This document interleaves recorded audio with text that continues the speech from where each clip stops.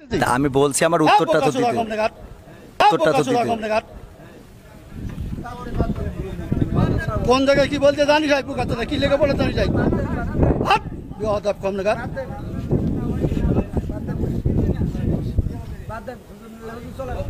একদম বাস্ত করে দেবো সব একদম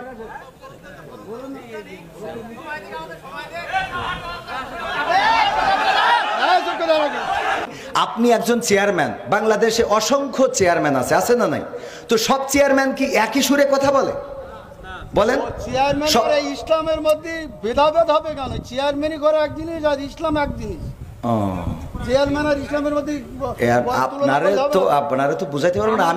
আমি যদি বলি, যেমন আপনি একজন আলহাজ মানুষ, দেখেন আপনি সব বাদ দেন, ইসলামের বেসিক কিছু নিয়ম আছে।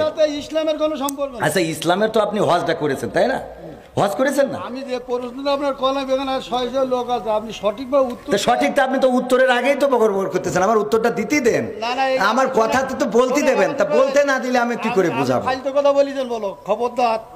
ল্যাঙ্গুয়েজ সোজা করেন না, সোজা করে দেবো কিন্তু একদম বলেন। ল্যাঙ্গুয়েজ সোজা করে বলেন। আমি বলছি আমার কথা তো বলতে দেবেন। ল্যাঙ্গুয়েজ সোজা করে দেবো কিন্তু একদম। বিয়াদব লোক কম নাগাদ ভগর করতে আমি খাবার দেবো, একটা চোখ বাসটা করে দেবো কিন্তু একদম। বিএনপি কিছু চরমপন্থী ব্যক্তি ধারাবাহিকভাবে ইসলাম বিদ্বেষী কর্মকাণ্ডে লিপ্ত হয়ে দেশের ধর্মীয় সম্প্রীতি বিনষ্ট করছে। তারা ইসলামিক মাহফিল, ওয়াজ মাহফিলে বাধা সৃষ্টি করছে এবং আলেমদের নানাভাবে হয়রানি করছে।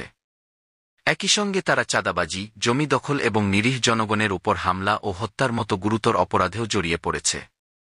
এসব কার্যকলাপ দেশের শান্তিশৃঙ্খলা বিঘ্নিত করছে এবং স্বাধীন রাষ্ট্রের ভাবমূর্তিকে আন্তর্জাতিক পর্যায়ে প্রশ্নবিদ্ধ করছে। দেশের ধর্মীয় ও সামাজিক স্থিতিশীলতা রক্ষায় এসব অপতৎপরতার বিরুদ্ধে কঠোর ব্যবস্থা নেওয়া প্রয়োজন।